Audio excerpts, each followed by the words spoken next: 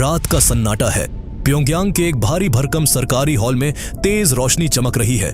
कैमरे ऑन हैं, दुनिया देख रही है और सामने खड़ा है एक चेहरा जिसे पूरी दुनिया पहचानती है, किम जोंग उन। उसका वजनदार शरीर, उसका अजीब हेयर कट और वो बार बार दी जाने वाली न्यूक्लियर धमकियां, सब कुछ जैसे एक परफेक्ट पावर शो लगता है। लेकिन अगर आप ध्यान से देखें, बहुत ध्यान से, तो उस रोशनी के पीछे एक और कहानी छुपी हुई है। क्यों हर बड़ी मीटिंग में, हर बड़े फैसले के वक्त उसके पीछे एक खामोश साया खड़ा होता है? कौन है वो महिला जो कभी कुछ बोलती नहीं, लेकिन जिसकी मौजूदगी ही कमरे का तापमान गिरा देती है? और क्यों नॉर्थ कोरिया के अंदर धीरे धीरे ये बात फैल रही है कि असली डर किम जोंग उन नहीं, बल्कि वो परछाई है जो उसके पीछे खड़ी रहती है? ये सिर्फ एक पॉलिटिकल स्टोरी नहीं है, ये एक पूरा पावर गेम है। एक ऐसा सिस्टम जहां चेहरे बदलते हैं लेकिन कंट्रोल कहीं और से होता है। क्या ये सिर्फ अफवाह है या फिर सच में पर्दे के पीछे कोई और ही इस पूरे देश को चला रहा है? और अगर ऐसा है तो फिर असली रिमोट किसके हाथ में है? अगर आप ऐसी ही गहरी, अनदेखी और खतरनाक कहानियों को समझना चाहते हो, जहां सिर्फ न्यूज नहीं बल्कि पूरी बैकग्राउंड खुलती है, तो चैनल को सब्सक्राइब करना मत भूलना, क्योंकि यहां हर कहानी आपको सिर्फ जानकारी नहीं, एक नया नजरिया देती है। इस रहस्य को समझने के लिए हमें आज से नहीं बल्कि लगभग 100 साल पीछे जाना पड़ेगा, एक ऐसे दौर में जहां से इस पूरी कहानी की नींव रखी गई थी। साल 1910। कोरियन पेनिनसुला पर एक अंधेरा छा चुका था। जापान ने पूरे इलाके पर कब्जा जमा लिया था और अगले 35 सालों तक कोरिया के लोगों की जिंदगी पूरी तरह बदल गई। उनकी जमीनें छीन ली गईं, उन्हें जबरदस्ती मजदूरी कराई गई और सबसे खतरनाक बात, उनकी पहचान मिटाने की कोशिश शुरू हो गई।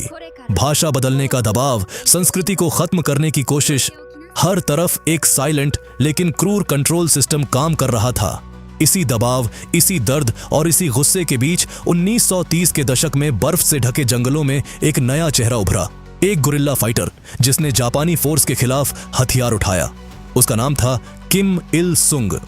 उसने अपने साथियों के साथ मिलकर एक लंबा और हिंसक संघर्ष शुरू किया। ये सिर्फ लड़ाई नहीं थी, ये एक ऐसी शुरुआत थी जो आगे चलकर एक पूरे डायनेस्टी का फाउंडेशन बनने वाली थी। फिर आया साल 1945। दूसरा विश्व युद्ध खत्म हुआ, जापान हार गया और कोरिया को आजादी मिल गई। लेकिन ये आजादी अधूरी थी, क्योंकि इसके साथ आया एक और बड़ा झटका, बंटवारा। दुनिया की बड़ी ताकतों ने इस देश को 2 हिस्सों में बांट दिया। 38वीं समानांतर रेखा ने एक देश को 2 अलग अलग सिस्टम में बदल दिया। दक्षिण में अमेरिका का सपोर्ट और उत्तर में सोवियत यूनियन का कंट्रोल। नॉर्थ कोरिया में किम इल सुंग ने सत्ता संभाली, लेकिन सिर्फ कुर्सी पर बैठना उसके लिए काफी नहीं था। उसे लोगों के दिमाग में घुसना था, उनके विश्वास पर कब्जा करना था। और यहीं से शुरू हुआ एक ऐसा नैरेटिव, एक ऐसा माइंडसेट सेटअप जिसे बाद में पैक्ट टू ब्लड लाइन कहा गया। इस पूरे सिस्टम को मजबूत करने के लिए एक कहानी बनाई गई, एक ऐसा बैकग्राउंड क्रिएट किया गया जिसमें किम परिवार को एक सामान्य इंसान नहीं बल्कि एक दिव्य अस्तित्व की तरह पेश किया गया। कहा गया कि उनका जन्म पवित्र पैक्टू पर्वत से जुड़ा है, जहां से प्राचीन कोरियन राजाओं की शुरुआत मानी जाती है। और जब किम जोंग इल का जन्म हुआ तो आसमान में 2 इंद्रधनुष दिखाई दिए और एक चमकता सितारा उभरा। ये सब सिर्फ कहानी नहीं थी, ये एक प्लान्ड प्रोपेगेंडा था, एक ऐसा सिस्टम जो लोगों के दिमाग में इस परिवार को भगवान जैसा दर्जा देने के लिए बनाया गया था। फिर आया साल 1994। किम इल सुंग की मौत के बाद सत्ता सीधे उनके बेटे किम जोंग इल को मिल गई। ये मॉडर्न दुनिया का एक अनोखा उदाहरण था, एक कम्युनिस्ट देश लेकिन अंदर से एक पारिवारिक राजतंत्र। यहां सत्ता चुनाव से नहीं, खून से तय होती थी। और इसी सिस्टम के अंदर, इसी पावर सर्कल में 8 जनवरी 1984 को एक बच्चे का जन्म हुआ। एक ऐसा बच्चा जिसे बचपन से ही सिर्फ एक चीज सिखाई गई, कंट्रोल। नाम रखा गया किम जोंग उन। लेकिन असली कहानी अभी शुरू भी नहीं हुई थी, क्योंकि इस डायनेस्टी के पीछे जो खेल चल रहा था उसका सबसे खतरनाक किरदार अभी सामने आना बाकी है। किम जोंग उन का बचपन किसी सामान्य शासक जैसा नहीं था। 1990 के दशक में जब नॉर्थ कोरिया भयानक अकाल से गुजर रहा था, आम लोग खाने के लिए तरस रहे थे। कई इलाकों में हालात इतने खराब थे कि लोग घास और पेड़ों की छाल तक खाने को मजबूर हो गए थे। उसी समय प्योंगयांग के अंदर एक अलग ही दुनिया चल रही थी, जहां छोटा किम आलीशान महलों में महंगे विदेशी खिलौनों के साथ बड़ा हो रहा था। देश के हालात और उसकी परवरिश के बीच का फर्क साफ दिखता था। फिर उसकी जिंदगी अचानक दिशा बदलती है। साल 1996 में लगभग 12 साल की उम्र में उसे देश से बाहर भेजा जाता है। मकसद था बाहरी दुनिया को समझना। उसे स्विट्जरलैंड भेजा गया, लेकिन अपनी असली पहचान के साथ नहीं। एक नकली नाम दिया गया, पैक उन। कागजों में बताया गया कि वह नॉर्थ कोरियन एम्बेसी में काम करने वाले एक कर्मचारी का बेटा है। बर्न शहर में वह एक आम अमीर बच्चे की तरह रहता था। स्कूल जाता, दोस्तों के साथ समय बिताता और धीरे धीरे वहां की जिंदगी में ढल गया। उसे बास्केटबॉल से खास लगाव हो गया। वह घंटों कोर्ट पर खेलता, शिकागो बुल्स की जर्सी पहनता और अपने जूतों को लेकर काफी सजग रहता था। बाहर से देखने पर वह एक शांत और सामान्य छात्र लगता था। उसके साथ पढ़ने वाले बच्चों को अंदाजा तक नहीं था कि उनके साथ बैठा यह लड़का आगे चलकर एक बंद देश का सबसे ताकतवर व्यक्ति बनेगा। उस दौरान उसने लोकतंत्र, खुलापन और एक अलग तरह की सामाजिक व्यवस्था देखी। लेकिन यह दौर ज्यादा लंबा नहीं चला। साल 2001 में जैसे ही उसने 9th क्लास पूरी की, उसे अचानक वापस बुला लिया गया। यह वापसी किसी स्वतंत्र जीवन के लिए नहीं थी। अब उसे शासन के लिए तैयार किया जाना था। लौटते ही उसे किम इल सुंग मिलिट्री यूनिवर्सिटी में दाखिला दिया गया, जहां उसे सेना, रणनीति और सत्ता चलाने के तरीके सिखाए गए। यहां से उसका असली प्रशिक्षण शुरू हुआ। परिवार के अंदर उत्तराधिकार की दौड़ पहले से चल रही थी। वह अकेला दावेदार नहीं था।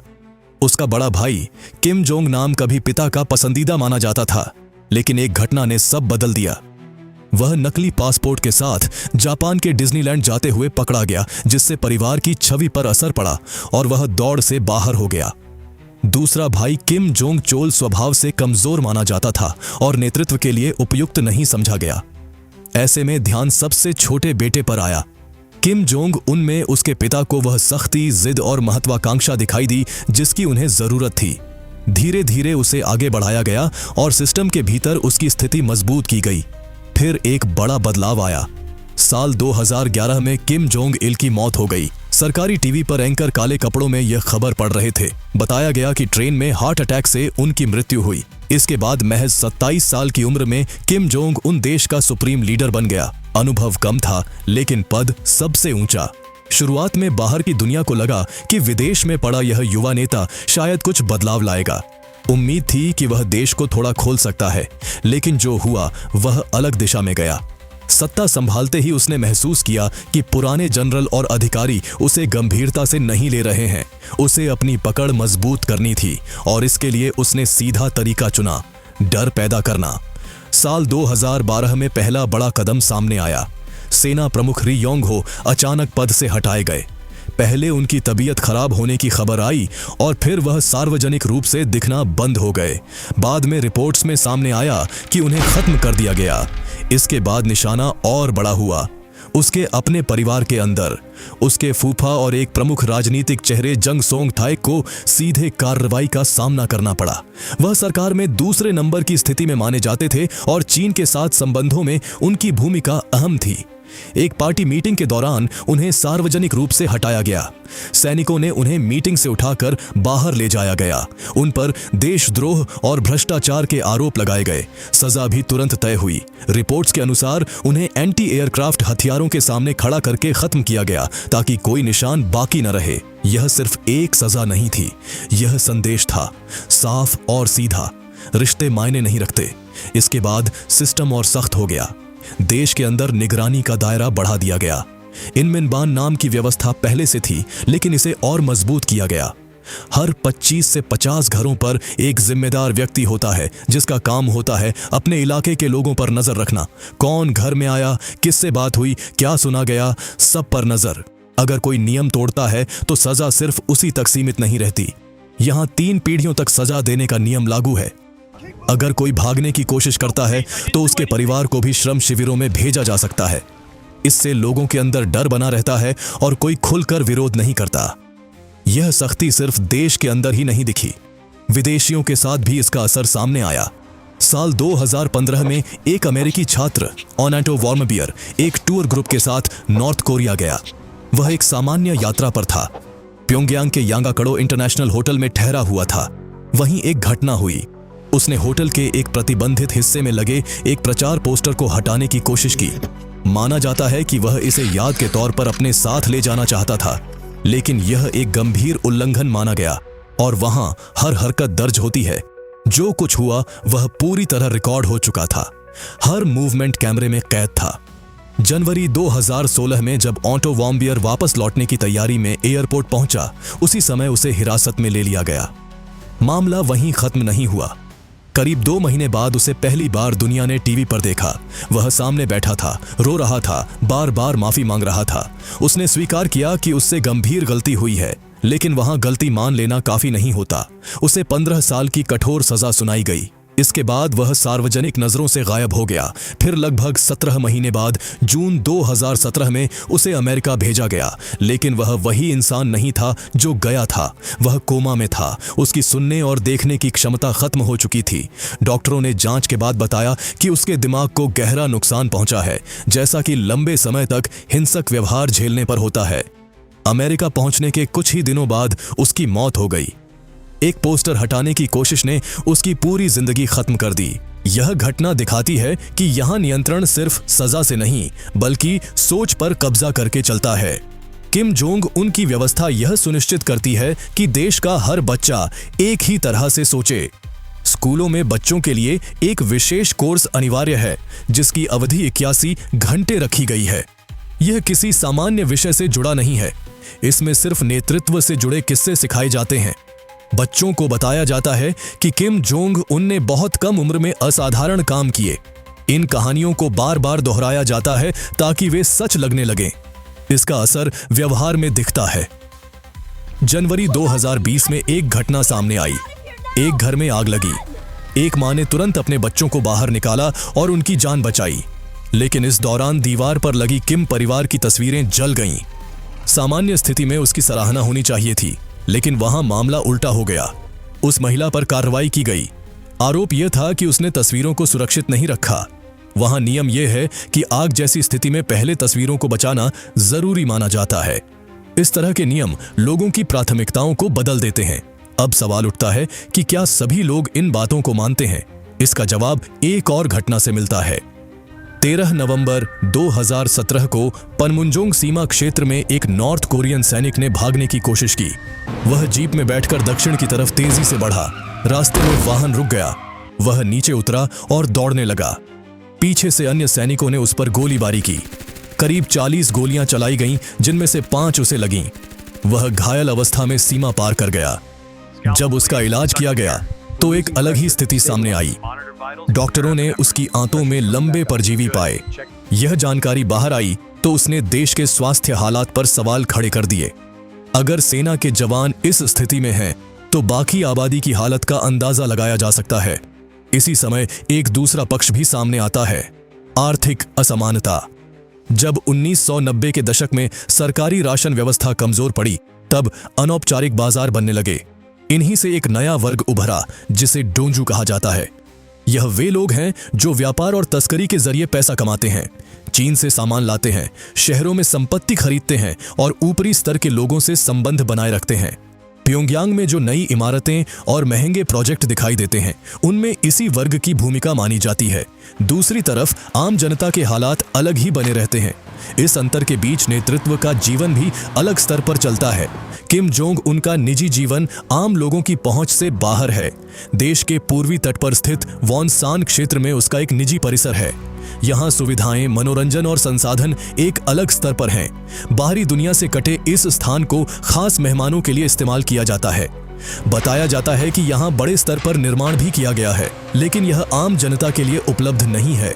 इसी सख्त व्यवस्था के बीच कुछ लोग बाहर निकलने की कोशिश करते हैं। ऐसे ही एक व्यक्ति थे किम डोंग चुल, जिन्होंने इस बंद सिस्टम से बाहर जाने का प्रयास किया। किम डोंग चुल एक कोरियन अमेरिकन बिजनेसमैन थे, जो नॉर्थ कोरिया के राजिन इकोनॉमिक जोन में होटल चलाते थे। इसी दौरान उन्हें अमेरिकी और दक्षिण कोरियाई एजेंसियों की तरफ से एक काम दिया गया। लक्ष्य साफ था, अंदर से जानकारी निकालना। उन्हें ऐसे उपकरण दिए गए जो सामान्य चीजों जैसे दिखते थे। एक घड़ी जिसमें कैमरा छिपा था और एक पेन जो आवाज रिकॉर्ड कर सकता था। अगले 4 साल तक उन्होंने सिस्टम के अंदर रहकर जानकारी जुटाई, लेकिन यह काम ज्यादा समय तक छिपा नहीं रह सका। अक्टूबर 2015 में एक यूएसबी स्टिक के लेन देन के दौरान उन्हें पकड़ लिया गया। इसके बाद उन पर मुकदमा चला और 10 साल की सजा सुनाई गई। हालांकि बाद में कूटनीतिक बातचीत के तहत उन्हें रिहा कर दिया गया। यह मामला दिखाता है कि देश के अंदर निगरानी कितनी सख्त है और किसी भी स्तर पर गलती की गुंजाइश कम है। जासूसी के मामलों और बाहरी दबाव के बावजूद किम जोंग उन ने अपने सैन्य कार्यक्रम को नहीं रोका। साल 2017 में उसने हवासोंग 15 मिसाइल का परीक्षण किया, जिसकी मारक क्षमता अमेरिका तक बताई गई। इसके बाद अमेरिका और नॉर्थ कोरिया के बीच तनाव बढ़ा। उस समय के अमेरिकी राष्ट्रपति डोनाल्ड ट्रंप ने सार्वजनिक तौर पर कड़ी चेतावनी दी। दोनों देशों के बीच बयानबाजी तेज हो गई। इसके बाद एक अलग दिशा में घटनाएं बढ़ीं। साल 2018 में किम ने बातचीत का रास्ता चुना। सिंगापुर में पहली बार एक अमेरिकी राष्ट्रपति और नॉर्थ कोरिया के नेता की मुलाकात हुई। यह एक महत्वपूर्ण क्षण था। दोनों नेताओं ने साथ बैठकर चर्चा की और दुनिया ने इसे एक संभावित बदलाव के रूप में देखा। लेकिन यह स्थिति ज्यादा समय तक नहीं चली। फरवरी 2019 में हनोई में दूसरी बैठक हुई। इस बार बातचीत ठोस नतीजे तक नहीं पहुंच सकी। किम जोंग उन ने आर्थिक प्रतिबंध हटाने की मांग रखी, लेकिन अपने परमाणु कार्यक्रम को पूरी तरह खत्म करने पर सहमति नहीं दी। इसके बाद डोनाल्ड ट्रंप बैठक बीच में छोड़कर चले गए। बातचीत यहीं रुक गई। इस असफलता का असर सीधे किम की आंतरिक रणनीति पर पड़ा। रिपोर्ट्स में सामने आया कि बातचीत से जुड़े कुछ अधिकारियों को बाद में सजा दी गई। सुरक्षा को लेकर किम जोंग उन का दृष्टिकोण अलग ही स्तर का है। विदेश यात्राओं के दौरान वह सामान्य उड़ानों से बचते हैं और अपने विशेष बुलेट प्रूफ ट्रेन का इस्तेमाल करते हैं। यह परंपरा पहले से चली आ रही है। इस ट्रेन में सुरक्षा के कई स्तर होते हैं और अंदर सभी जरूरी सुविधाएं मौजूद रहती हैं। अब उस सवाल पर आते हैं जो शुरुआत से बना हुआ था। किम के साथ पिछले कुछ सालों में एक चेहरा लगातार दिखाई देने लगा, उनकी छोटी बहन किम यो जोंग। शुरुआत में वह पर्दे के पीछे काम करती थीं और सार्वजनिक रूप से कम दिखती थीं, लेकिन धीरे धीरे उनकी भूमिका सामने आने लगी। साल 2018 में विंटर ओलंपिक्स के दौरान वह दक्षिण कोरिया गईं। वहां उन्होंने एक शांत और संयमित प्रतिनिधि की भूमिका निभाई, लेकिन इसके बाद उनका रवैया अलग दिखा।